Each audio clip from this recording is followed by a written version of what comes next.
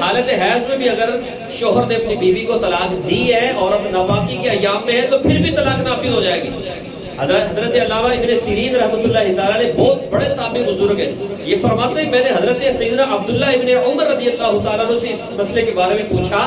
حضرت عبداللہ بن عمر رضی اللہ تعالیٰ عنہ بہت بڑے متبع سنت، بہت بڑے عاشق رسول، صحابی رسول ہیں۔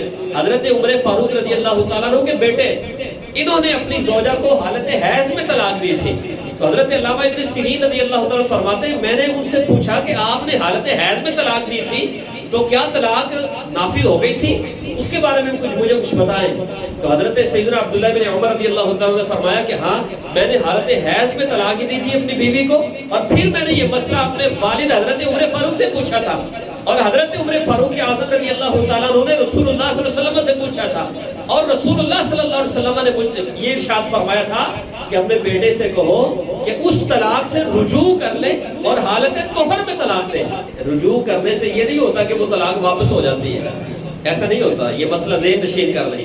اگر کسی شخص نے اپنی بیوی کو طلاق دی ہے تو وہ رجوع کر سکتا ہے، اگر جب تک اس کی عدت نہ گزرے، عدت گزرنے سے پہلے یہ بالقول بھی رجوع کر سکتا ہے، بالفعل بھی کر سکتا ہے، یعنی زبان سے کہے کہ میں نے رجوع کر لیا تو رجوع ہو جائے گا، دوبارہ میاں بیوی کی طرح رہ سکتے ہیں۔ عدت گزرنے سے پہلے یہ رجوع کر سکتا ہے، بالفعل بھی کر سکتا ہے، یعنی اس خاتون سے ازدواجی تعلق قائم کر لے تو پھر بھی رجوع ہو جائے گا۔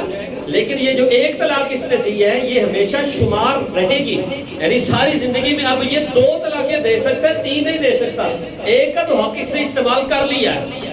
تو حضرت عبداللہ ابن عمر رضی اللہ تعالیٰ عنہ، آپ نے ایک طلاق دی تھی حالت حیض میں، تو رسول اللہ صلی اللہ علیہ وسلم نے فرمایا کہ حالت طہر میں باقی طلاقیں دینا اور اس طلاق سے رجوع کر لینا۔ تو حضرت علامہ ابن سیرین رضی اللہ تعالیٰ عنہ فرماتے ہیں میں نے حضرت عبداللہ ابن عمر سے پوچھا کہ جو طلاق آپ نے حالت حیض میں دی تھی کیا آپ نے اسے شمار کر لیا تھا؟ تو حضرت عبداللہ ابن عمر رضی اللہ تعالیٰ عنہ کے لفظ بخاری شریف میں اور مسلم شریف میں موجود ہیں۔ آپ نے فرمایا میں اسے شمار کیوں نہ کرتا؟ کیا میں عاجز اور احمق تھا؟ کیوں شمار نہ کرتا؟ ایسا تو نہیں تھا کہ رسول اللہ صلی اللہ علیہ وسلم نے یہ فرمایا ہو کہ حالت حیض میں اگر طلاق دو تو اسے شمار نہ کرو، بلکہ یہ حکم تھا کہ حالت حیض میں اگر طلاق دی ہے تو اسے اس طلاق کو شمار کرو۔ تو فرمایا میں نے اس طلاق کو شمار کر لیا تھا۔